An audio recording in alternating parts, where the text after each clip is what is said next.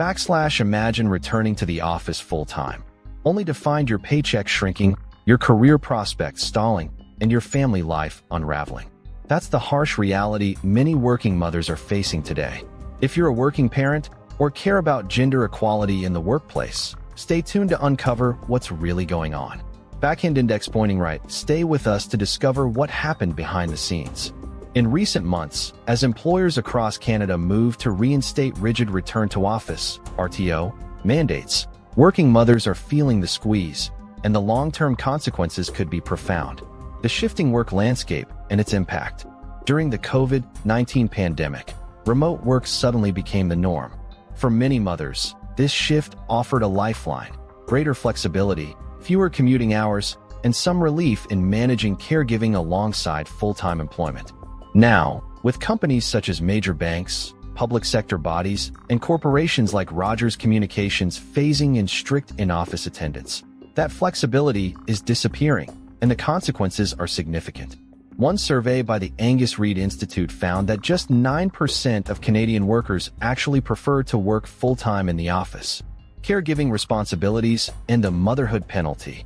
According to experts such as Dr. Andrea Deepening, PhD student, Department of Sociology, University of Alberta, specializing in gender/work/family, women, and especially mothers, remain far more likely than men to bear the primary caregiving load. In many households, when choices are made about who will take on childcare, sick days, or emergency home duties, it's usually the mother, often earning less, who shoulders the burden. What the data shows. Here are some of the key findings and statistics. A study of Canadian earnings found that mothers earn about 12% less than women without children, and the gap rises with number of children, roughly 9% for one child, 12% for two, and 20% for three or more.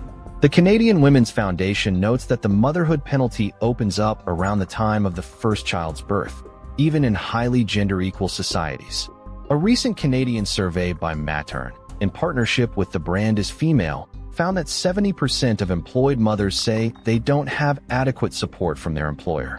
That same Matern survey reported about 47% of mothers felt their organization lacked a proper transition/communications plan around maternity leave, and roughly one-third considered leaving their job altogether because of insufficient support. Why return-to-office mandates make things worse? The return to in-office work undermines the flexibility many mothers relied on during remote/hybrid periods. Deepening notes that remote work allowed employees to stay home when sick or care for sick children, which decreased the spread of illness, improved job satisfaction, and made juggling work/family more manageable. Without flexibility, mothers are more exposed to career penalties, missed promotions, less visibility, harder to prove dedication. Deepening refers to the flexibility paradox. Flexible workers may be viewed as less committed and paid less. There's also remote flexibility stigma, with mothers working from home facing assumptions of lower productivity, therefore enduring bias.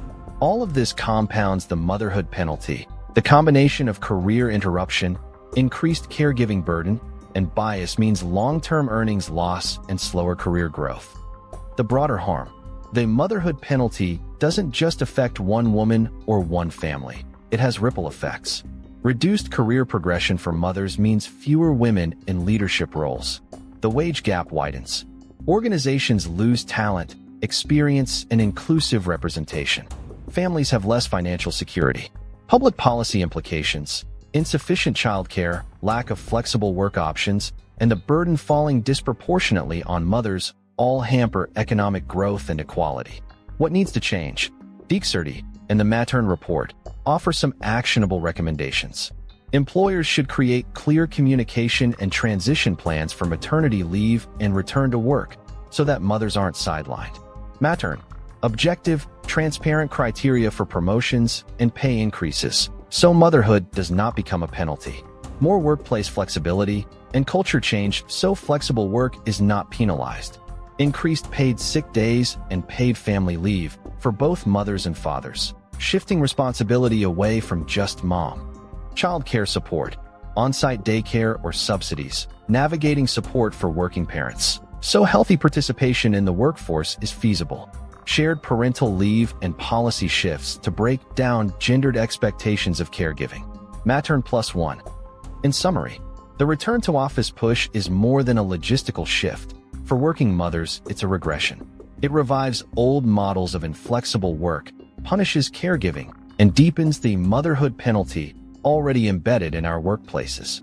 If we value gender equity, family well-being, and the full participation of mothers in the workforce, then we must challenge these mandates, support flexibility, and restructure the workplace accordingly.